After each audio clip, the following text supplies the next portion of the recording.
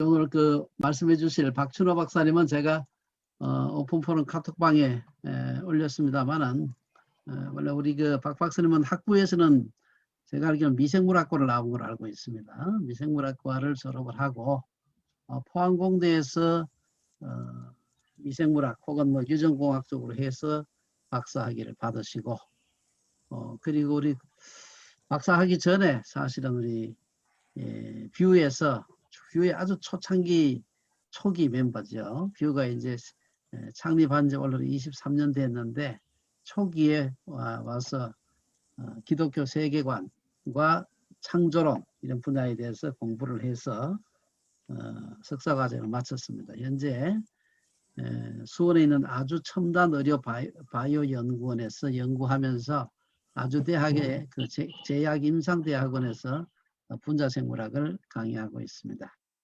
그래서 오늘 우리가 저도 흥미로운 주제고 오늘 아주 우리 박 박사님 제목을 잘 정하신 것 같아요. 제목이 창조의 유연성, 특별히 우리가 진화의 아이콘이라고 흔히 말하는 그 핀치, 다윈의 핀치 부리의 그 다양성을 창조의 유연성의 관점에서 어떻게 우리가 진화라기보다는 창조의 유연성의 관점에서 어떻게 하면 우리가 해석할 수 있을까 막 그런 얘기를 할 것 같아요. 그래서 우리 박 박사님께 제가 저거를 넘기게 잠깐만 제가 아직 그 공유하는 거 있는데 잠깐 제가 스크린 공유할 수 있도록 하겠습니다. 네. 오케이. 네. 넘겼는데 예, 우리 박 박사님 한번 예. 예, 시작하시면 우리 같이 한 박수를 한번 청해 듣도록 하겠습니다. 딴 분들은 다 좀 마이크를 좀 꺼주시고 박 박사님 것만 좀 켜놓도록 하겠습니다. 네, 제가 오늘 말씀드릴 내용은 한 가지 그냥 그 변이, 소진화의 가능성이 하나님의 창조 계획 속에 있었을 것이다. 이런 이제 생각을 가지고 그러면 하나님의 창조 계획 속에 소진화의 변이의 그 계획, 플랜이 있었으면 그것은 어떤 우리가 지금 연구를 통해서 분야 수준에서도 알 수 있을 것이다. 이런 관점에서 한번 저희 뭐 가설이라면 가설이고 창조론적 해석입니다. 해석이기 때문에 어떤 뭐 감정적인 그리고 여기에 대한 또 다른 의견도 있을 수 있고 이를 또 반증하는 또 연구도 있을 수 있다는 것을 충분히 감안하고 들어주시면 좋겠습니다. 예. 그래서 이제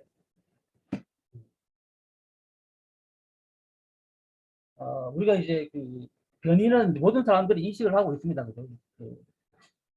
제가 두 가지 변이에 가진 인터넷에서 가져왔는데 개의 종류도 굉장히 형태와 색깔, 모양이 굉장히 다양하고 뭐 말할 것도 없고 모든 생명이 다 마찬가지, 인간도 마찬가지고요.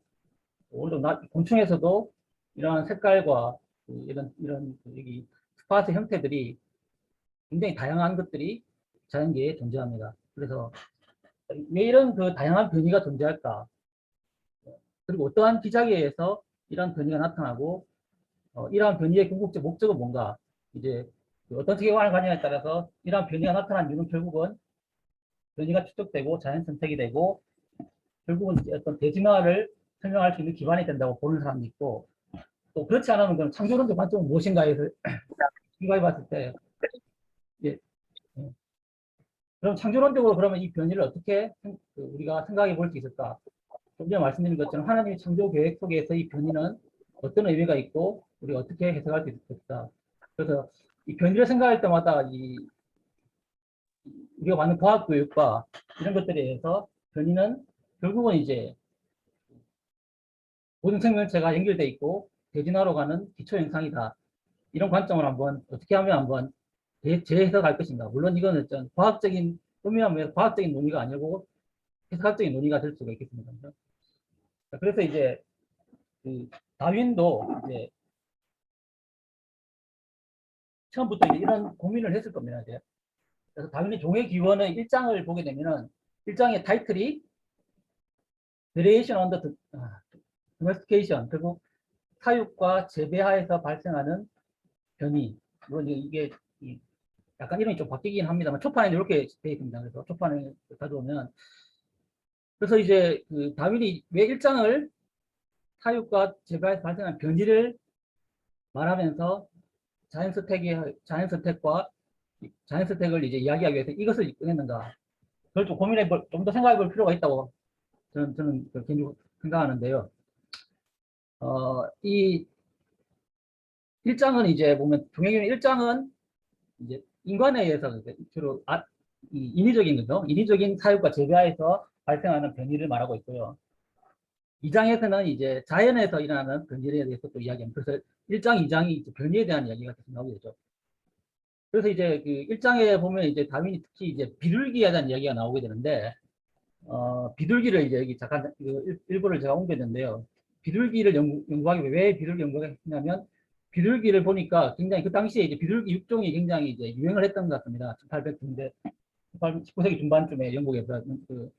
그래서 이제 뭐 이런 다양한 비둘기를 박제를 구하기도 하고, 그 다음에 육종가죠. 사육가, 이 육종가들이, 이제, 상당히 그 당시에 이제 몇 년 동안 육종을 해가지고 어떤 뭐 특정한 성질을 가진 비둘기를 만들 수 있다. 이런 이야기도 많이 나왔던 것 같습니다. 그래서 이제 그 비둘기의 품종이 정말 얼마나 다양한가, 얼마나 많은 베리에이션이 인위적인 어떤 이 교잡을 통해서 나타나는가, 이런 것들을 보면서, 변이와 자연 선택에 대해서 많이 생각을 하게 됐죠. 그래서 이 종의 기원에 나오는 그림은 아니지만 그 종의 기원의 내용을 보고 부대의 사람들이 이제 이런 그림을 그렸죠. 다윈이 막 언급했던 그 비둘기의 다양한 종을, 다양한 종이 아니라 변이라고 했죠. 변이 형태들을 이렇게 부대의 사람들이 이제 기록을 했습니다. 그래서 다윈이 그때 이제 머릿속에는 아마 이런 사육장 속의 인위적 교배를 통해서 아마도 이런 것들이 자연 상태에서도 아주 오랫동안 일어나게 되는 것을 짧은 시간 안에 어떤 진화의 축소판, 이런 것을 생각하면서 이제 자연 선택에 의한 생물의 진화를 생각하지 않았을까, 뭐 이런 생각을 해보게 됩니다. 그래서 변이라는 것은 굉장히 이제 중요한 요소고요. 이 변이가 만약에 이제 거의 일어나지 않았다, 그러면 이제 이 진화로 자체가 이제 탄생되지 않았을 것이다, 이렇게 뭐 뒤집어 생각해 볼 수 있습니다. 그래서 변이는 진짜 아무도 부인할 수 없고 소진화를 부인할 수는 없는 것입니다. 그죠? 그래서 그, 종의 기원에 나오는, 종의 기원에 사실 그림이 하나도 일러스트레이션이나 어떤 드로잉이 나오지가 않거든요. 당연히 사진이 뭐 있었는지 모르겠지만 하여튼 드로잉이 전혀 나오지 않습니다. 그런데 유일한 이제 그 다윈의 노트로부터 약간 이제 약간 이제 선형화시킨 이 그림이 나오죠. 이것이 바로 이제 트리 오브 라이프입니다. 그죠? 트리 오브 라이프. 그래서 이제 우리가 흔히 말하는 생물의 개통도를 생각할 때 이제 트리 오브 라이프를 기준으로 공통조상, 전체 생명의 공통조상으로부터 이렇게 유리되고 다양한 변이가 나타나 그 중에 일부가 이제 선택이 되어서 다시 또 다른 변이가 나타나고 이런 것들이 체인에서 일어날 것이다. 그래서 변이가 자연 선택과 결국은 이제 이런 것들이 이제 신종의 새로운 종이 나타나고 또 결국은 이제 이것이 대진화를 통해서 많은 생명체가 공통조상으로부터 유래되었다는 생각이 확대가 된 것입니다. 그래서 이 변이의 원인, 변이의 목적은 무엇이고 어떤 기작으로 일어나고 그래서 이제 창조 시에 어떤 이 하나님께서 어떤 변이에 대한 계획이 있었을까, 이런 생각들을 해보게 되는 것이죠. 그래서 그 진화론에서 이러한 것들을 이제 어떻게 말하냐면 이제 적응 방산, 어댑티브 레디에이션이라고 하는데 이것은 이제 적응하기 위해서 다양하게 이제 빛이 하나 옆으로 이렇게 퍼지듯이 다양한 그 환경에 따라서 생물체가 적응을 하는 과정에 다양한 형태의 표현이 나타난다. 그래서 그 중에서 이제 그중에 처음에는 작은 변화할 수 있지만 이것이 점점 더 커져가지고 또 이제 종이 분화가 일어나기도 하고, 그죠? 또 생기적 격리가 일어나기도 하고 이런 식으로 이제 해서 시간과 이제 변이가 많이 일어나고 선택됨에 따라서 이러한 다양한 형태를 가진 생명체가 이루어진 이런 현상들을 이제 이런 용어를 사용하게 됩니다. 좀 어려운 용어가 되는데 많이 쓰는 용어는 아니죠. 이제 방산이란 말. 그래서 하여튼 이 생물학 교과서 이제 뭐 대학 교재를 보게 되면 이제 적응 방산의 대표적인 예가 바로 다윈의 갈라파고스 섬의 핀치다, 이렇게 나오고 있습니다. 그래서 이제 이 핀치 부리의 변이, 이 핀치 부리의 변이는 이제 그 진화론의 그 어떤 보면 굉장히 기초를 이루는 중간 아이콘 중에 하나인데요. 이에 대해서는 이제 이에 대한 그 관찰에 대해서는 사실 그 프린스턴 대학의 그랜트 부부죠. 피터 그랜트와 로드머리 그랜트라는 이 두 부부가 수십 년 동안 실제로 그 필드에 가서 필드 갈라파고스 섬에 데프니 메이저라는 작은 섬에 가가지고 연구한 수십 년의 보고들이 이 그랜트 부부의 책에도 많이 나와 있고요. 이걸 또 이제 취재한 조너스 와이어스라는 기자가 이런 책을 이제 냈는데 우리나라에서 두 번이나 새로 번역될 정도로 진화론의 이제 고전으로 이제 이화이드의 최재춘 교수님은 이걸 이제 종의 기원의 다음 가는 그런 진화론을 내서 기념비적인 책이다. 뭐 이렇게 이야기하시더라고요. 그래서 이 책을 보게 되면 이제 이분들의 그랜트 부부의 열정을 지금 느낄 수는 있습니다. 확실히 느낄 수 있고, 다윈이 이론한 그것을 실제적으로 이제 현장에서 종의 발전과 자연 선택을 목격했다. 이렇게 이야기하고 있죠. 그래서, 갈라파고스 핀치가 가지고 있는 흥미성은 굉장히 크고, 또, 실제로 또 제법 많은 연구들이 또 이루어지고 있는 것 같습니다. 물론 우리나라 전공은 아니지만, 그러나, 사실 좀 그런 부분에 어려움이 있습니다. 그러나, 이제 약간 이제, 저희 새로운 이제 관점을 가지고 한번 이걸 이제 해석을 해보고자 하는데, 물론 이게 전편적인 의견입니다. 그래서 이제 이 다양한 빈치 불의 유형을 이제 분석해 보면 크게 세 가지 정도 분류를 많이 하는데 저는 일단 두 가지를 먼저 말씀을 드려보겠습니다. 일단 그래서 이 부리가 길고 좀 뾰족한 부리를 갖고 있는 캡터스 천일장을 먹는 이런 종이 있습니다. 제오스피자 스칸덴스라는 이런 분류된 종이 있고요. 그 다음에 이제 또 부리 모양의 가장 큰 차이가 나는 것은 이제 부리가 넓고 큽니다. 크고 폭이 좀 넓은. 그래서 이 핀치는 이제 지오스피자 이제 메그니로스트리스라는 이제 이렇게 분류가 되어 있는데요.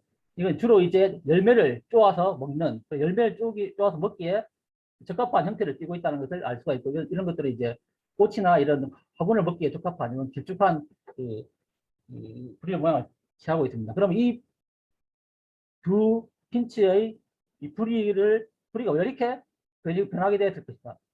이것이 어떤 자연 선택의 중요한 예고 더 나아가서 종의 분화와 대진화를 설명할 수 있는 기초가 되는가? 아니면 어떤 환경에 의해서 어떤 변화의 하나의 예인가? 이제 그것을 한번 이제 조금 더 어떻게 우리가 봐야 될 것인가를 한번 저의 의견을 한번 생각해 보도록 하겠습니다. 그래서 지금 이제 제 딸이 이제 고등학교 다니고 있어서 제가 고등학교 이제 현재 교육 과정에서는 이제 어떻게 배우고 있는가를 찾아봤습니다. 그래서 지금 이제 고등학교 교육 과정상에서는 생물 진화론이 고등학교 1학년과 생명과학 2, 그래서 주로 이제 이과 학생들이 선택하는 이제 생명과학 2에 좀 자세한 진화론이 나와 있고요. 인문계 학생들은 이제 고등학교 과정에서는 고1에 고등학교 1학년 때 배우게 되는 통합과학입니다. 통합과학이라는 공통과학이 있는데 공통과학 2-2단원에 이제 생명의 다양성과 진화라는 파트에서 이것이 모든 교과서에 다 소개되어 있습니다. 이 내용이 핀치에 대한 내용이. 그래서 다시 한번 또 요약해 보면요, 아마 대부분 기억하시겠지만 아마 남아프리카에서 이제 어떻게 설명하냐면 남아프리카의 대륙에서 다양한 이제 씨앗을 먹는 핀치 중 일부가 이제 갈라파고스 해수로 나가 들어가지고 이때 이제 다양한 변이가 나타났다. 자, 이것이 이제 다윈 생각과 굉장히 비슷하죠. 이제 사육적 분화에서 이제 육종을 하게 되면 다양한 변이가 나타나니까 아마 자연계에서도 이런 다양한 변이가 나타날 것이다. 부리 모양이 다양한 변이가 나타나는데 그 중에서 이제 선인장이 많은 섬에서는 이런 뾰족하고 긴 부리를 가진 그런 개체들이 더 많이 살아남을 것이다. 그 중에서 그죠? 그 다음에 씨앗이 많은 섬에서는 부리가 넓고 큰 이런 이제 핀치가 더 많은 자손을 선택되어서 낙이었을 것이다. 그래서 이제 여러 세대가 지나고 난 다음에 성장이 잘 자라는 섬에서는 굵고 뾰족한 뿌리가 번성했을 것이고, 그 다음에 이제 씨앗이 많은 섬에서는 이런 그 크고 넓은 뿌리를 갖고 있는 핀치가 번성했을 것이다. 이렇게 해서 종이 이제 모양이 생명체 그 뿌리 형태에 따라서 생명체가 이제 분화되고 종이 분화되고 또 이것이 이제 더 나아가서 이제 현재 일어나고 있는 자연 선택과 진화의 그 짧은 시간이지만 비교적 짧은 시간에 볼 수 있는 그런 현상이 아닌가 뭐 이렇게 이제 설명을 하고 있습니다. 그죠? 자, 요건 제가 말씀드렸고요.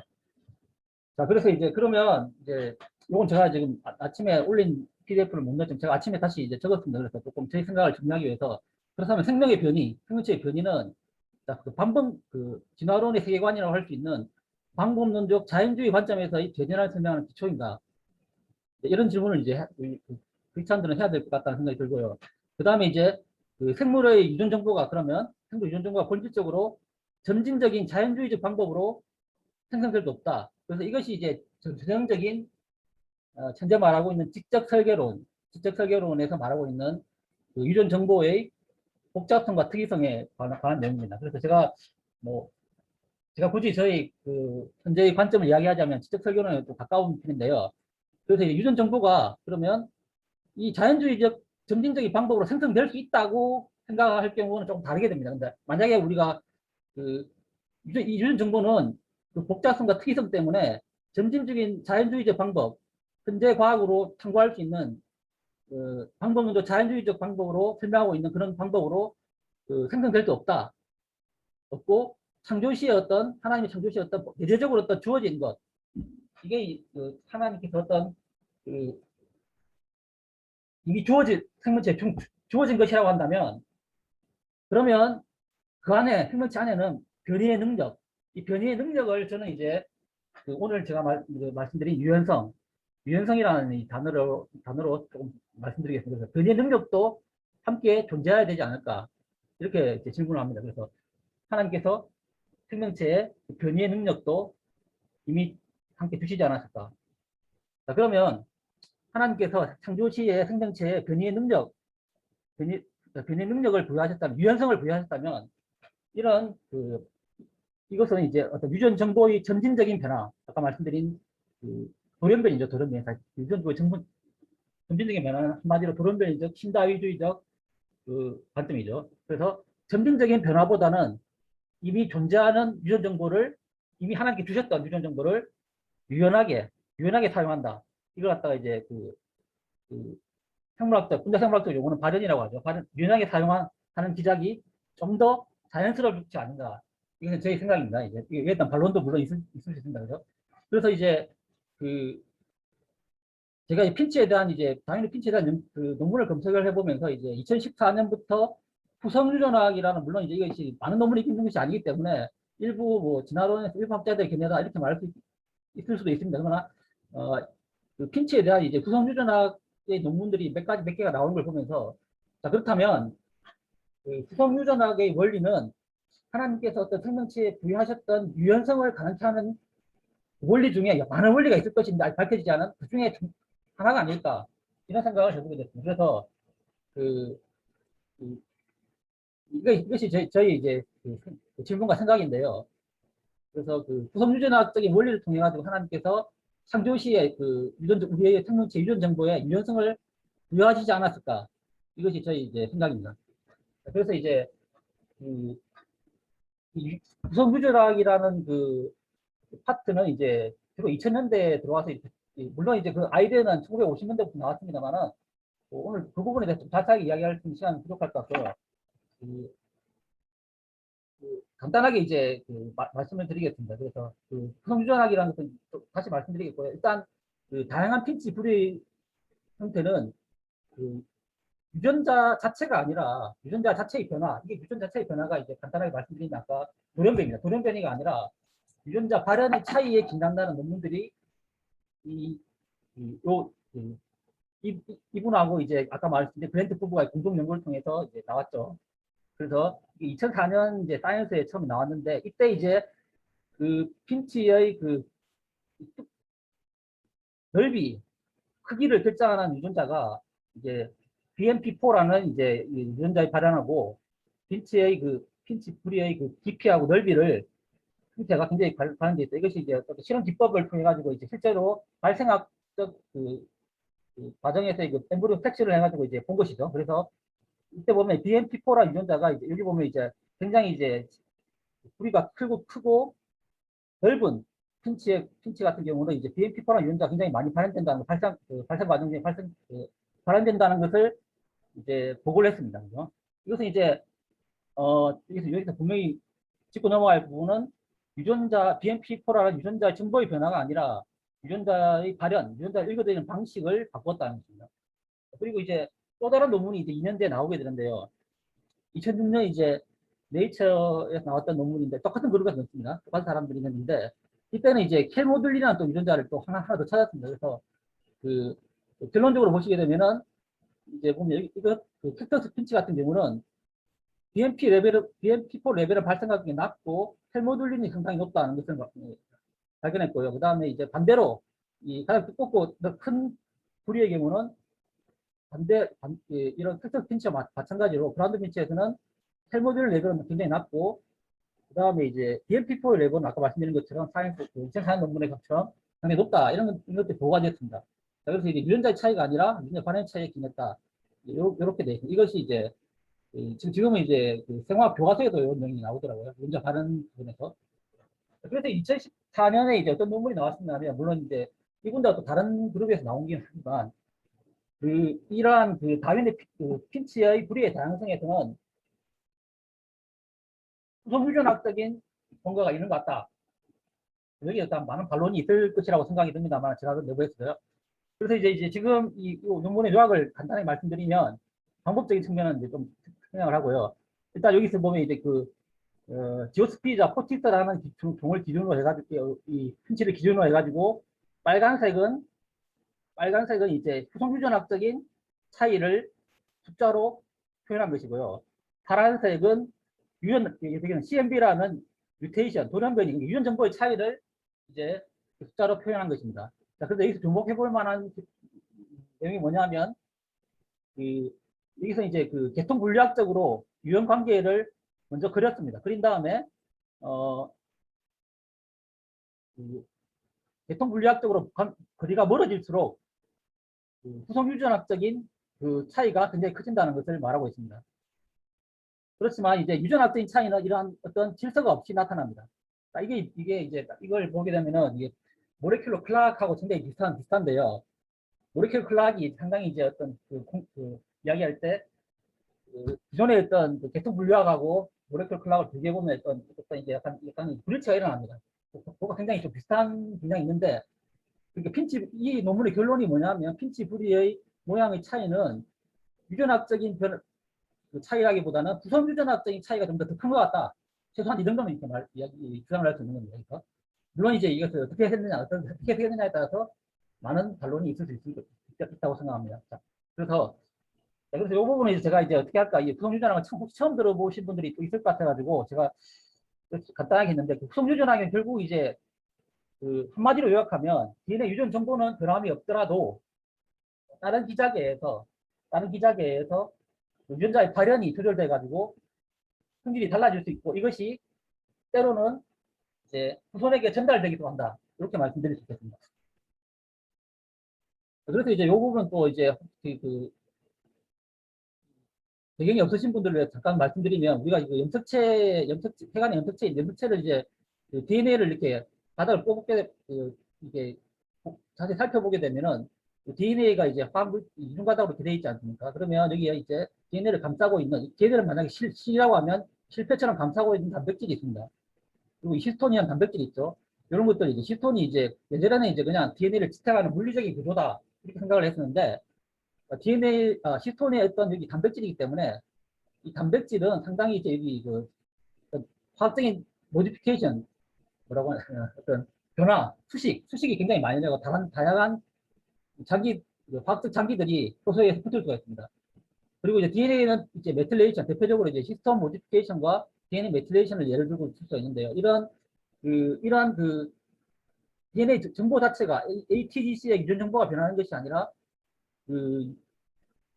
유전정보 밖의, 그래서 에피라는 것이 바깥이라는 뜻이거든요. 그 라틴어로. 그 구성 유전학의 그 어원입니다. 그래서 이런 유전정보는 그대로 있는데도 불구하고 유전정보 바깥에 있는 어떤 그 히스톤이나 메틸레이션 일부입니다. 또 많은 이제 그런 모디피케이션이 있을 수 있기 때문에 이런 것들에 의해서 유전자 발현이 바뀔 수 있다는 것이 이제 2000년대부터 분자 기자들이 서서히 이제 알려지기 시작했습니다. 그래서 이제 사실 이걸 간단하게 설명하시면, 간단하게 이제 말씀드리면 우리 몸 자체를 생각해 보시면 이해가 되십니다. 그래서 유전 정보는 다 똑같은데 결국은 왜 이렇게 다양한 형태, 신경세포와 신경세포와 근육세포 같이 이렇게 다양한 형태의 세포가 우리 한 몸에 존재할 것인가. 이것도 결국은 이제 유전자 발현의 조절이 정확하게 이루어져야 하는데, 이것도 이제 구성유전학 증상과 분명히 관계가 있을 겁니다. 그죠? 그래서 이제 이 구성유전학이라는 것은 이제 어떻게 그 대중에게 각인이 됐는가를 이 책을 통해서 살펴보게 되면은 그 2차 대전 말기에 이제 네덜란드의 그 내지 그 독일에 대한 그 저항 세력들이 이제 프랑스와 협력을 하고 있었습니다. 그때 이제 독일이 이걸 막기 위해 이거에 대한 보복이었는지 하여튼 그 네덜란드는 이제 식량이 이제 외부로 공수가 돼야 되는데 이걸 막아버렸죠. 독일 쪽도 막고 이제 벨기에 쪽도 막아버렸습니다. 그래서 1944년도 말에 이제부터 50년 40년 초까지 이 네덜란드의 대기근이 찾아오게 돼서 수만 명이 이제 아사하게 되고 많은 사람들이 고통을 받게 됩니다. 그래서 이때 이제 그 뭐라고 해야 되나 어떤 그 데이터들 이제 그때 이렇게 태어난 사람들 임신부들과 그 자녀들에 대한 이제 데이터들이 이제 축적이 되면서 이제 나중에 알려지기 시작했는데요. 그 당시에 이제 임신 말기에 이제 이 대기근을 받았던 그 어머니로부터 태어난 자녀들은 굉장히 작게 태어났습니다. 그리고 평생 동안 굉장히 작은 체중을 유지했고 비만율도 낮았습니다. 상대적으로요. 근데 그래 또 F2까지 갔을 때, 3세대까지 갔을 때 또다시 이제 그런 경향이 나타났다는 것이죠. 그런데 그 임신 초기에 이제 그 대기근을 겪었던 어머니로부터 태어났던 자녀들은 임신 말기에는 이제 다시 이제 영양이 공급되니까 다시 정상적으로 태어났습니다. 그런데 그 상대적으로 이제 그 자라면서 비만율이 굉장히 높아졌고요. 그 다음에 그들의 자녀들도 비만율이 높아졌다는 것입니다.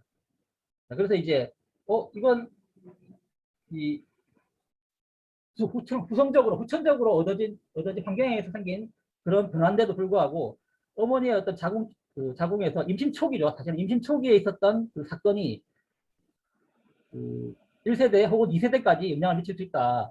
이런 가능성을 제시한 것이죠. 그래서 이제 그 환경의 경험이 유전자가 아닌 다른 곳에 어떤 흔적을 남기지 않았느냐. 그래서 이것이 이제 표현에 영향을 주고 있지 않는가. 그래서 이제 이건 투명을 하도록 해요. 그래서 유전자 변화에 의해서 어떤 비만이 나타나지 않았을까. 이 유전자 변화를 발현의 변화, 유전자 자체의 변화가 아니라 유전자 발현의 변화에 의해서 이런 현상이 나타날 수 있다. 그래서 이제 그 원래 이제 이런 것들은 이제 어떻게 보면 획득 형질이라고 우리가 배웠었는데 교과서적으로요. 그런데 이제 이게 라마르크의 용불용설에 가까운 개념이죠, 사실은. 근데 이제 최근에 이제 이런 라마르크가 다시 이제 부활했다.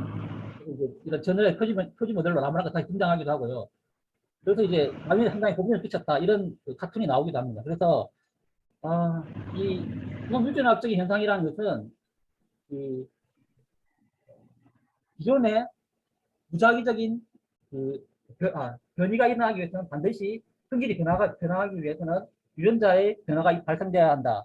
그래서 유전자의 변화를 일으키지 않는 변이는 진화라가 아니다. 이것이 이제 기본 현대 그 진화론의 관점이었죠. 신다윈주의적 진화론의 관점이었죠. 현대 종합이론적 관점이었는데, 그래서 이제 이런 것들이 이제 약간씩 바뀌고 있다는 거죠.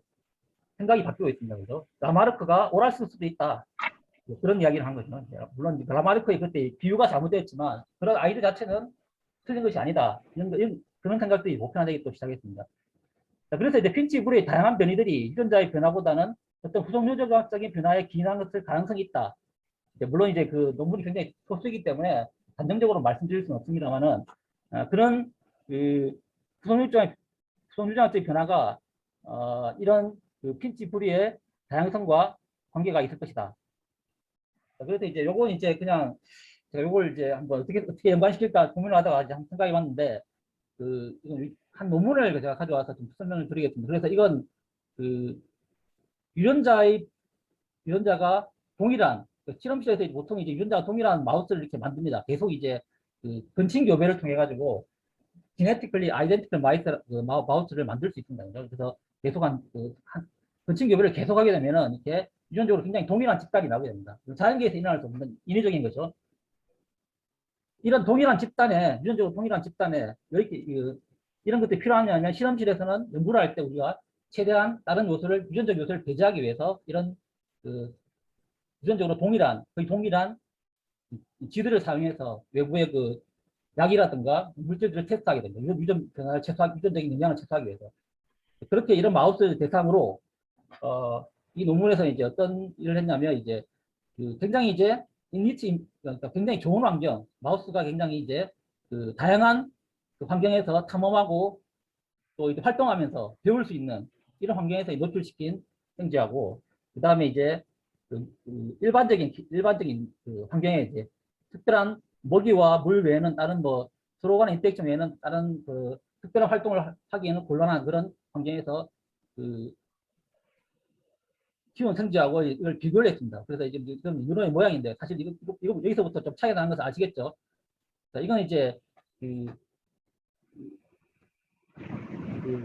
히포캠퍼스라고 하는 해마라는 부위에서 이제 유로제리스라고 하는 신경이 얼마큼 새롭게 생성되는가, 이제 그걸 비교했을 때 좀 더 이제 엔리치먼트 환경에서 굉장히 많은 환경에서 이제 이런 좋은 환경에서 자란 성지 같은 경우는 이런 이제 여기 보면 이제 까만 점들이 보이시죠? 이런 것들이 이제 새로운 그 신경세포가 이제 만들어지고 있다.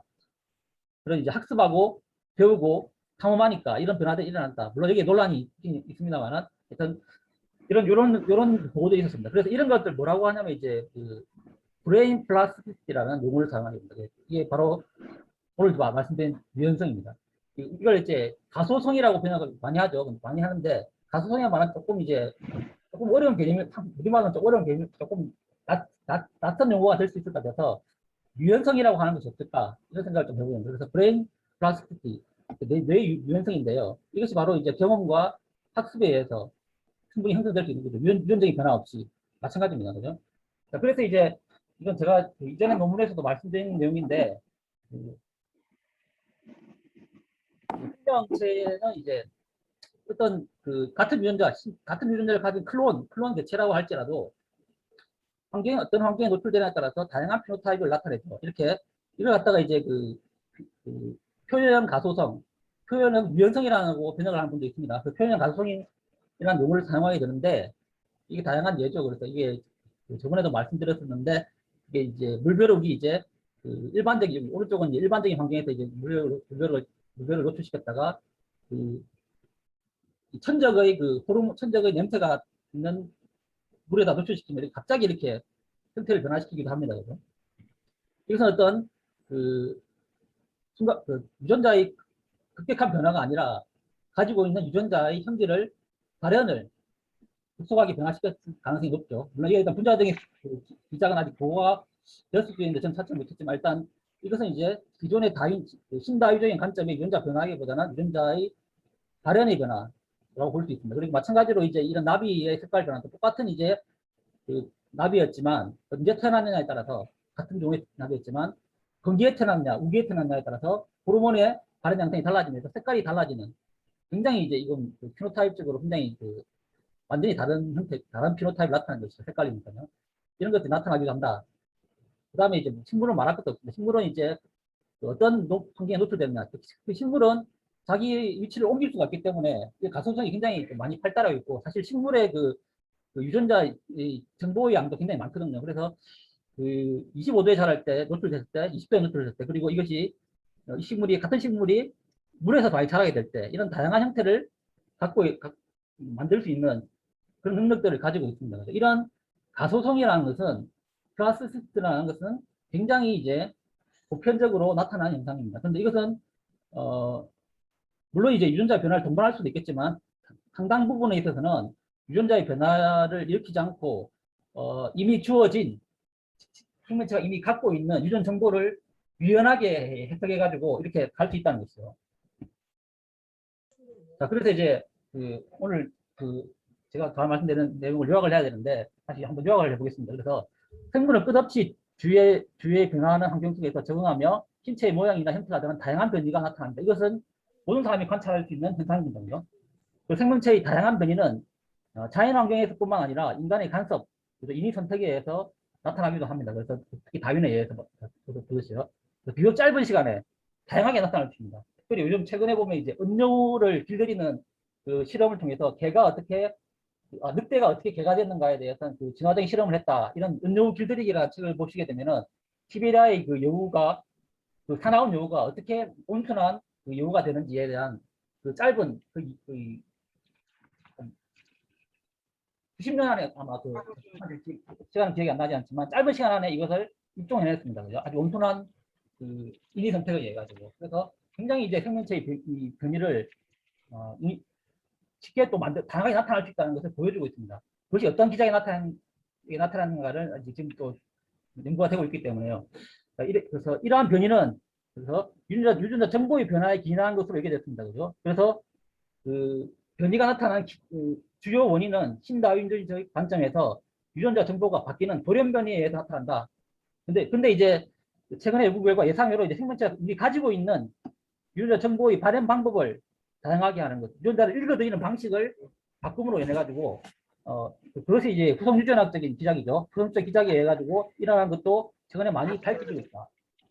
자, 그래서 이제 저희 이제 잠정적인 결론은 뭐냐면 생명체가 이 땅에서 하나님께서 인간에게 먼저 이제 생육하고 번성하라고 말씀하셨지만 그 안에는 동물들도 함께 생육하고 번성해야 된다고 생각합니다. 그래서 이 땅에서 생육하고 번성하고 땅에 충만하기 위해서는 다양한 형질을 만들고 그에 따라서 환경에 적응해야 할 것입니다. 그래서 이를 위해 생명체는 자신의 유전 정보를 유연하게 발현시키고 있다는 것이 지금 밝혀지고 있습니다.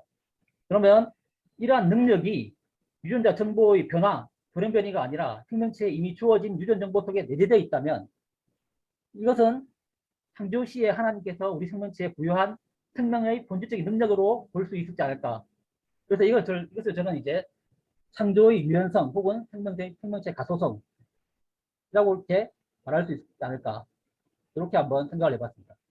그래서 이제 Process of Creation이라는 용어를 이렇게 생각해봤는데, 그렇게 말하면 이제 생명체의 가소성인데, 그래서 생명체는 이 다양한 환경에 이제 적응하고 살기 위해 가지고 이러한 유연성을 가지고 있고 이것이 이제 변이를 통해서 유진화의 기초로 보는 것보다 볼 수도 있지만 창조적 관점에서 이미 하나님께서 우리 게놈에 부여한 유연성의